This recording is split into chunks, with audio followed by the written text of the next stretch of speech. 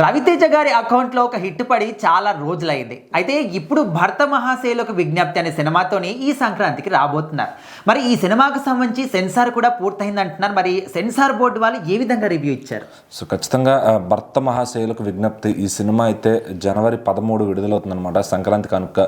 So మరి రవితేజ గారు వరుస ఫ్లాప్స్లో ఉన్నారు. మరి ఆయన ఎందుకు అలాంటి స్క్రిప్ట్స్ చేస్తున్నారని ఫ్యాన్స్ కూడా బాధపడే పరిస్థితికి వచ్చారనమాట.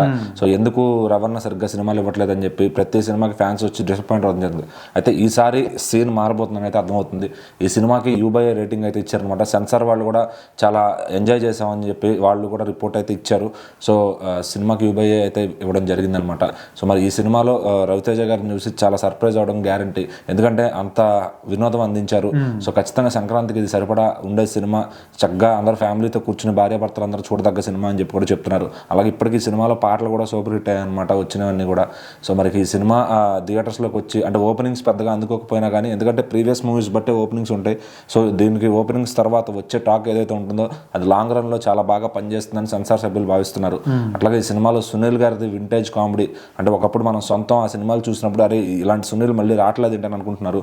సో మళ్ళీ ఎరగదీసే కామెడీతో సునీల్ గారు అయితే ఈ సినిమాలో ఫుల్ లెంత్ రోల్ చేశారు.